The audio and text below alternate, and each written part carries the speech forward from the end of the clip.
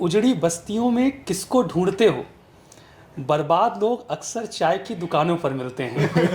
चोर ने मेरे को चाकू दिखाया तो कहता कि भी पर्स और अपना वो मतलब मोबाइल दे दीजिए। तो वो कह रही हैं कि सर मुझे ऐसा लग रहा है कि मुझसे तैयारी हो नहीं पाएगी और मैं सोच रही हूँ कि मुझे सुसाइड कर लेना चाहिए और मेरा कुछ हो नहीं पाएगा। इनके चक्कर में हम लोग की ऐसी कैसी हो गई है। Hello, welcome to only IAS. आज हमारे साथ ओनली आईएएस की फैकल्टी हैं। काफ़ी हमने प्लान किया और थोड़ा सा कुछ नया लाने की कोशिश की है सो डैट कि आपको भी कुछ जानने को मिले कि हम सबके एक्सपीरियंसेस क्या रहे हैं इस यूपीएससी जर्नी के बाद भी, यूपीएससी जर्नी में भी। बट मेरा मानना है कि हम लोग का यूपीएससी की जो जर्नी है वो अभी तक ख़त्म नहीं हुआ है, क्योंकि हमारा कॉन्टिन्यूसली जो स्टूडेंट के साथ है वो इंटरेक्शन होता रहता है। तो बेसिकली आज सेशन का नाम है यूपीएससी नॉट सो बोरिंग, क्योंकि यूपीएससी की जो जर्नी है वो अभी तक हमारी चल रही है। तो इसमें होगा क्या कि जो भी हमारे एक्सपीरियंसेस हैं उनको हमने कलेक्ट किए हैं। जैसे कुछ चीज़ें मेल पे टीचर्स के लिए आए तो हमने उसको कलेक्ट कर लिया। सिमिलरली हमने कुछ चीज़ें सामने देखी फैकल्टी के साथ हुई हैं या डिस्कस किया है, उन सभी को हमने एक चिट में डाल दिया है, जैसे विवेक सर के हाथ में है। तो एक एक करके इसमें से सब निकालेंगे और जो भी एक्सपीरियंसेस रहेंगे उसको शेयर करेंगे। तो सबसे पहले कौन निकालना चाहेगा? देवेंद्र सर। ओनरशिप, ठीक है सर। मैं ये पर्ची निकाल रहा हूँ और देखते हैं कि इस पर्ची में नाम किसका लिखा है।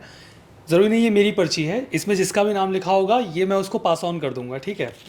तो ये जो पर्ची मेरे हाथ में है ये है विवेक सर के लिए, देवेंद्र सर के लिए नहीं है।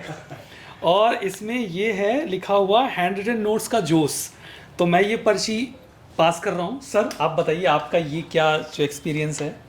देखिए, जब प्रारंभ बैच ऑफलाइन स्टार्ट हुआ था ना, तो स्टार्टिंग में मुझे लगा कि बच्चों को कुछ स्पेशल देना चाहिए जिससे उनकी जो यूपीएससी प्रिपरेशन है काफ़ी इजी हो सके। तो इसके लिए मैंने हैंड रिटन नोट्स अपने तौर पे बनाने स्टार्ट की। बाकी मैं फैकल्टीज़ के बारे में कह नहीं सकता था, तो मैंने बच्चों को ये कहा था कि भैया मैं तो दूंगा जिससे आपका काम आसान हो सके, बाकियों के बारे में वो खुद बता पाएंगे। सब सभी ने मेहनत की भाई। देवेंद्र सर, आपके नोट्स? मेरे नोट्स तो जैसे तैसे ही बन पाए थे। बहुत मतलब मेरा तो पूरा दिन चला जाता था उनको तैयार करने में, बाकी मेरे लिए पढ़ाने में बड़ी मुश्किल हो जाती थी। तो जैसे तैसे मैंने मैनेज किया उन नोट्स वगैरह को बनाने का जो काम है। खैर सर ने शुरू कर दिया था तो हुआ। बट इसमें एक आंदोलन हो गया था। हाँ, विवेक सर के पीछे सब मिल के बोल रहे थे इनके चक्कर में हम लोग की ऐसी कैसी हो गई है कि हमें हाथ से लिखना पड़ रहा है हैंड रिटन नोट्स। हाँ, बट अच्छा इनिशिएटिव था। ऋषभ सर भी अभी बहुत मेहनत कर रहे हैं भाई, उनके भी हैंड रिटन नोट्स आएंगे। बिल्कुल बिल्कुल। इकोनॉमी के नोट्स में भी देखो काफ़ी टाइम लगा है, बट कहीं ना कहीं डेफिनेटली आप सभी को बहुत जल्दी मिलने वाले हैं इकोनॉमी के नोट्स। बढ़िया। अब अगली पर्ची की बारी है। अगली पर्ची कौन निकालेगा? ऋषभ सर को दीजिए। सर आप निकालिए। किसका खाता जी खुलेगा? देखते हैं इस बार किसका नंबर है। इस बार देखिए हमारे प्यारे देवेंद्र सर जी का नंबर है पर्ची आ गई भाई, मेरा नंबर आ गया। और इनका है भागता हुआ एस्पिरेंट मेरे पास आया। बहुत ही इंटरेस्टिंग स्टोरी है। ये बहुत बड़ा मतलब बहुत मज़ेदार सा इंसिडेंट था। मैं कॉलेज में एक क्लास थी मेरी, तो मैं पढ़ा के उसको बस रिटर्न लौट रहा था। तो मैं पार्किंग में था, वहाँ पे एक जो स्टूडेंट है वो एकदम भागता हुआ है, बोला सर बस 2 मिनट। मैंने कहा ठीक है बताओ। तो उन्होंने बोला कि सर ओनली आईएएस में एक वीडियो अपलोड हुई है। मैंने कहा बहुत अच्छी बात है, ओनली आईएएस में वीडियो अपलोड होती रहती है। और उन्होंने कहा कि सर वो जो वीडियो अपलोड हुई है ना, उसमें उन्होंने बताया है कि एक यूपीएससी एस्पिरेंट के भीतर क्या होना चाहिए। अरे ये इन्हीं का टॉपिक है ऋषभ सर। ये वो सर का वीडियो था जो सर ने अपलोड किया हुआ था और वो बच्चा वो देख के आया था। उन्होंने कहा कि सर ने बताया कि 5 ऐसे कौन से कैरेक्टरिस्टिक हैं जो यूपीएससी एस्पिरेंट में होने चाहिए।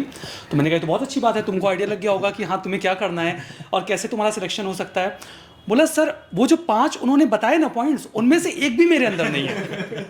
मतलब मैं आईएएस बनने के लायक हुई नहीं। देख रहे हैं ऑनेस्टी का लेवल आप लोग देख रहे हैं, मतलब इतने ईमानदार बच्चे होते हैं, एग्जिस्ट करते हैं यहाँ पे। तो मैंने बहुत प्यार से समझाया, मैंने कहा देखो ऐसा कुछ भी नहीं है। देखो ये जो यूपीएससी है या कोई भी आईएएस बनता है, ये कोई एप्टीट्यूड थोड़ी है जो आप पैदा होके लेके निकलोगे। ये तो धीमे धीमे आप अपनी चॉइसेस के बेसिस पे कैटर करते हो। और अगर कोई प्रॉब्लम है कि आपकी डिसीजन मेकिंग वीक है, टाइम वेस्ट हो रहा है, तो वो तो धीमे धीमे इंप्रूव करके आप खुद को इस काबिल बना सकते हो कि आप यूपीएससी क्रैक कर लो। तो ऐसा नहीं है कि हाँ आपके अंदर अभी कोई क्वालिटी है नहीं, आपको कोई प्रॉब्लम फील हो रही है तो उसे एड्रेस नहीं कर सकते या उसे इंप्रूव करके आप आईएएस बन नहीं सकते। तो ये तो पूरा मामला था, पूरा इंसिडेंट था। काफी इंटरेस्टिंग था। अब कौन पर्ची निकालने वाला है? अब शिवम सर निकालेंगे। देखिए हमारा खाता ही ना खुले। लग रहा है नहीं, विवेक सर का लग रहा है शायद।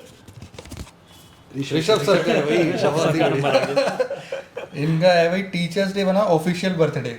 बताइए सर। देखो ये काफ़ी थोड़ी इंटरेस्टिंग सी स्टोरी है। मेरा एक्चुअल में अगर आप बर्थडे चेक करोगे तो वो 3 अगस्त का होता है, पर एक्चुअल में कुछ कारण रहे जिसकी वजह से मेरा जो सर्टिफिकेट के अंदर बर्थ है ना वो 5 सितंबर का हो जाता है। अब 5 सितंबर को भी मुझे लोग विश करते हैं, मुझे 3 अगस्त को भी विश करते हैं, तो दोनों दिन ना मुझे बर्थडे विशेज़ आया करते थे, तो बहुत ही कन्फ्यूज़न हो गई थी। और मेरा ना एक लाइफ में हमेशा से रूल रहा है कि जिस दिन मेरा बर्थडे होता है ना उस दिन मैं बिल्कुल नहीं काम करता कुछ भी हो जाए। जैसे मान लो जैसे यूपीएससी की जब मैं तैयारी करता था तब मेरा था कि आज मैं बिल्कुल बुक्स को टच नहीं करूँगा, तो उस टाइम पे वो चीज़ बहुत इंपॉर्टेंट थी। पर अभी मैं रियलाइज़ कर रहा हूँ कि जो मेरा पहले जो सर्टिफिकेट के अंदर बर्थडे लिख दिया गया 5 सितंबर, वो एक्चुअल में आज मेरा बर्थडे बन चुका है। कैसे? क्योंकि आज मैं देखता हूँ ना बहुत सारे स्टूडेंट्स के मैसेजेस आते हैं, मेरा टेलीग्राम भरा पड़ता है 5 सितंबर को happy teachers day happy teachers day, तो मुझे लगने लग गया कि मेरा बर्थडे अब 3 अगस्त नहीं है, वो सच में 5 सितंबर ही है। और इस तरीके से सर ने साल में 2 छुट्टी होगा, 2 छुट्टी होगी ऐसा कह लीजिए। और ये भी है कि डेस्टिनी पहले से ही लिखी होती है बिल्कुल बिल्कुल कहाँ जाना है। टीचर बनने का। अब कौन पर्ची निकालने वाला है? विवेक सर निकालिए आप। चलिए विवेक सर बताइए, लग तो मेरा ही रहा है। नहीं ऋषभ सर बहुत मेरे मजेदार। बिना Back मेरी to back शादी हो करेगा। गई। क्या था? हाँ जी, मेरे बिना मेरी शादी हो गई। ये बताइए सर इनसे। ये भी देखो काफ़ी थोड़ा इंटरेस्टिंग सा ही रहा। एक्चुअल में अभी ना थोड़े टाइम पहले की बात है, मेरा एक बहुत ही अच्छा फ्रेंड है, वैभव नाम है उसका। तो ये वैभव नहीं, एक और वैभव है उसका नाम है, तो उसकी शादी थी। तो काफ़ी one of my best friends है, तो उसकी शादी के लिए मैंने थोड़ी लंबी थोड़ी छुट्टी ली, लाइक 1 हफ्ते की। तो मैंने टीम को कन्वे किया कि मैं इस हफ्ते कोई क्लासेस नहीं ले पाऊंगा, ना कोई डाउट सेशन ले पाऊंगा। तो टीम ने ना आगे स्टूडेंट्स को कन्वे कर दिया कि सर शादी में बिजी हैं इसलिए वो उस वजह से क्लासेस नहीं ले पाएंगे। तो मैंने जब 2-3 दिन हुए उसके बाद मैंने देखा कि मुझे मैसेजेस पे मैसेजेस आ रखे हैं, सर कांग्रेट शादी के लिए, कांग्रेट शादी के लिए, कांग्रेट शादी के लिए। आके देखा तो मैं देख रहा हूँ कि डाउट सेशन के अंदर भी सब लोग वही लिख रहे हैं, कांग्रेट्स कांग्रेट्स।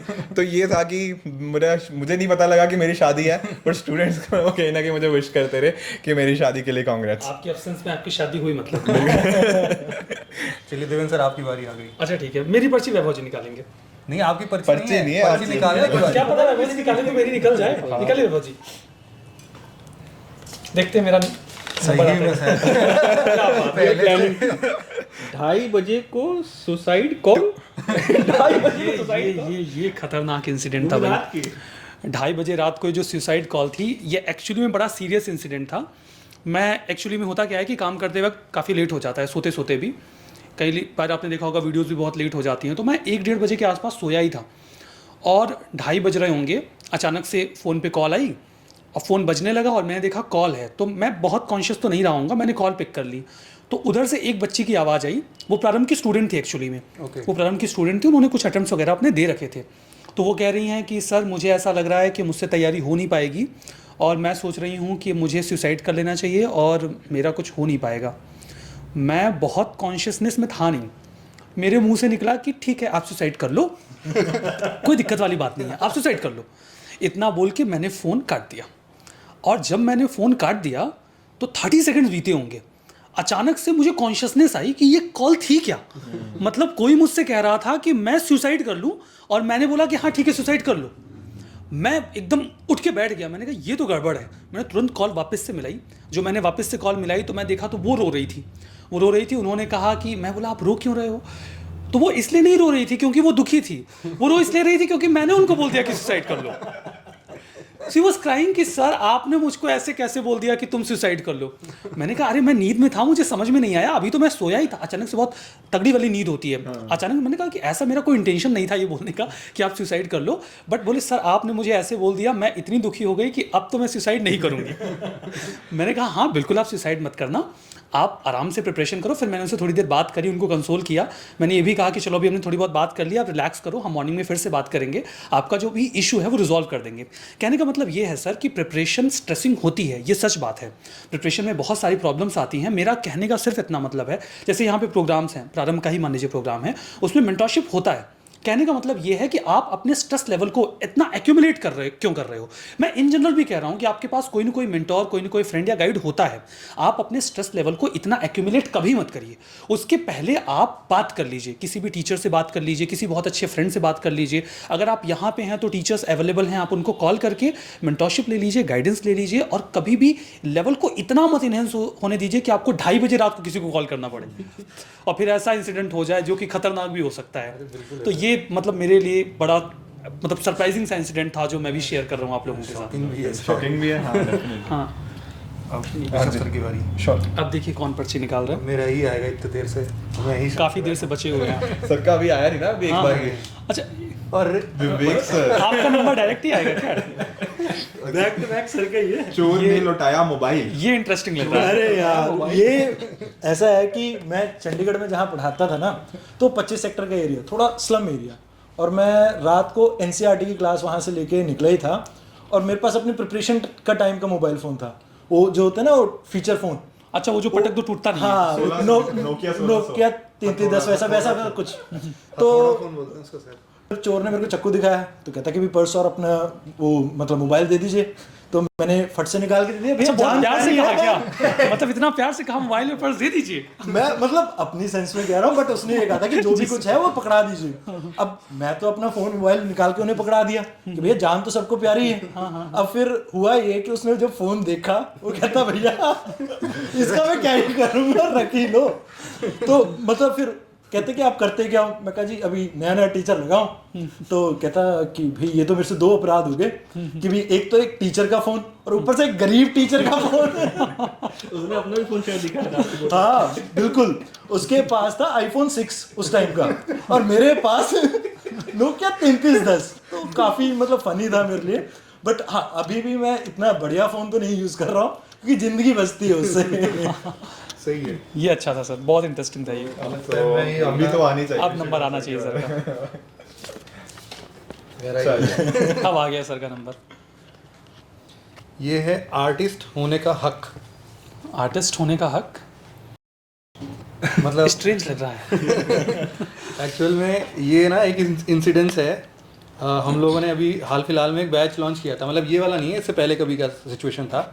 तो उसमें एक ना सौरभ नाम का लड़का था, वो आता है और उसने ना कोर्स में बढ़िया डिस्काउंट मांगा हमसे। और किस बेसिस पर मांगा? उसने बोला कि सर मैं बहुत बड़ा आर्टिस्ट हूँ, मैं गिटार भी प्ले करता हूँ, मैं स्केच बनाता हूँ, और ऐसे ऐसे करके उसने 2-3 अपने तुरंत ही इंस्टा पे मुझे दिखाया कि सर ये सब मैंने बनाए हैं। और क्या बोलते हैं, मतलब कुछ सर्टिफिकेट्स भी थे उसके नेशनल लेवल पे या तो स्टेट लेवल के कुछ थे, मुझे इतना नहीं याद है। बट उसका डिस्काउंट मांगने का ये क्राइटेरिया था कि मैं आर्टिस्ट हूँ, इस हक पर मुझे डिस्काउंट मिलना चाहिए, क्योंकि शायद वो DU का स्टूडेंट था। तो वहाँ पर ऐसा कुछ कल्चर है, मुझे भी आइडिया नहीं है, शायद है वहाँ पे रिजर्वेशन होता है। तो इस बेसिस पर वो आया था, आर्टिस्ट होने का हक। तो फिर उस दिन हम सबको ना ये रियलाइज़ हुआ कि भाई मतलब बहुत सारे सिचुएशंस देखे हैं, लेकिन ये थोड़ा अलग नहीं देखा है कि भाई आर्टिस्ट होने पर भी कोई हक से बोल सकता है। ये न्यू राइट डेवलप हो रहा है। ठीक है। अब अगली पर्ची किसकी है? सर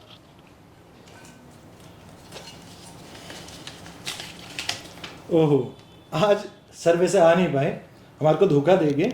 नाम है पारस, इनकी स्टोरी है UPSC टू SSC और फिर UPSC। अब इसको अब सर ऐसे इस- ही राज रहने देते हैं अभी। अगले एपिसोड में शायद आपको देखने को मिल जाए कि ये क्या स्टोरी थी। पारस सर ने मतलब आज हमें धोखा दिया है। बिल्कुल। पारस सर को यहाँ होना था, उनकी पर्चियाँ यहाँ प्रेजेंट हैं लेकिन वो प्रेजेंट नहीं है। मतलब इंतहा हो गई इंतजार की। पारस सर के राज कभी और खोलेंगे। ठीक है, मैं निकालता हूँ सर, देखते हैं किसका नंबर आता है मेरी पर्ची से। ये नंबर आया फिर से पारस सर का, और ये बहुत इंटरेस्टिंग है। कंधे पे आंसुओं की बारिश। ये तो मुझे पता है। ये पता है। लेकिन ये भी ऐसे ही रहने देते हैं। हाँ, इसको भी राज रखते हैं। ठीक कंसर्निंग, है, अब कंसर्निंग। आखिरी पर्ची बची हुई है। वो मेरी ही बची होगी मेरे हिसाब से, सबके तो मुझे लगता है कि नंबर आ ही गए हैं। ये तो हमारे रेस्पेक्टेड शिवम सर की पर्ची है। ये लीजिए सर। और इसमें क्या है मैं बताता हूँ। ज्योग्राफी क्लास में उल्टी। सर आपने ऐसा क्या पढ़ा दिया था? बताइए सर।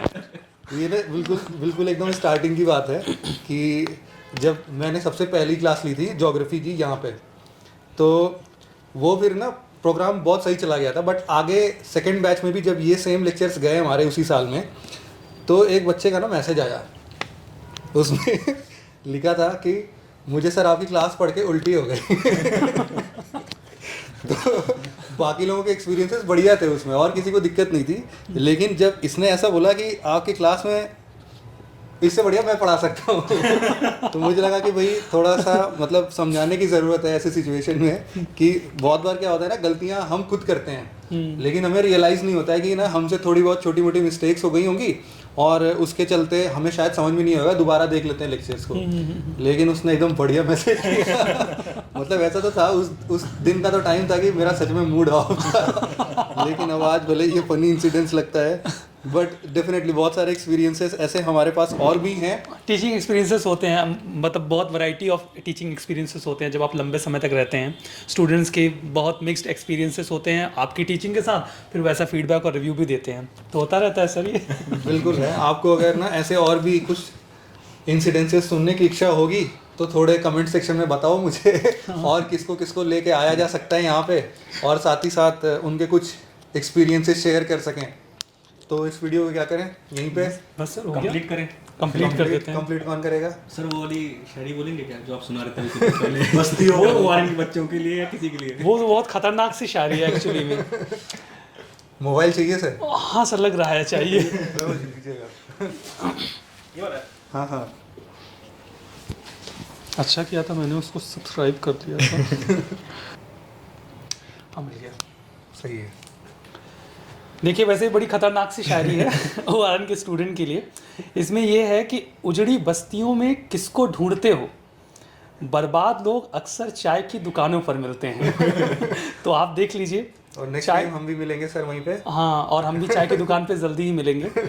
तो देखते हैं चाय पे चर्चा, देखते हैं क्या बातचीत होती है। लेकिन अच्छी शायरी थी, मुझे बढ़िया लगी, तो मैंने सोचा आप लोगों के साथ शेयर करना चाहिए। तो चलिए फिर इस सेशन को यहीं पे ख़त्म करते हैं, इस मज़ेदार सेशन के साथ, और फिर देखेंगे अगर ऐसे और एक्सपीरियंसेस हमें मिल पाते हैं तो आपके साथ फिर से शेयर करेंगे। तो अगर इससे पहले आप ना ये वीडियो बंद कर दो, कहीं चले जाओ, कमेंट में लिखने में बिजी हो जाओ, एक छोटी सी इन्फॉर्मेशन है आप सभी के लिए कि 14 नवंबर को हमारा बहुत ही प्यारा बैच है प्रारंभ, ये स्टार्ट हो रहा है। और इसमें इस बार हमने बहुत ही अमेजिंग एक्स्ट्रा फीचर्स रखे हैं। ऐसे भी फीचर्स हैं जो कि आज हमने डिस्कस किए हैं और उनके सॉल्यूशन सब कुछ हैं उसके अंदर। तो कोशिश करना कि अगर आप उसके साथ अपनी प्रिपरेशन को आगे बढ़ाना चाहते हो तो नीचे डिस्क्रिप्शन में उनके लिंक्स वगैरह दिए हुए हैं, उनको देख लो बढ़िया से। अगर सेटिस्फाइड होते हो तो उसके साथ आगे बढ़ सकते हो। हम सब लोग वहाँ पर आपको वापस से मिलेंगे। ठीक है sir, thank you thank you very much.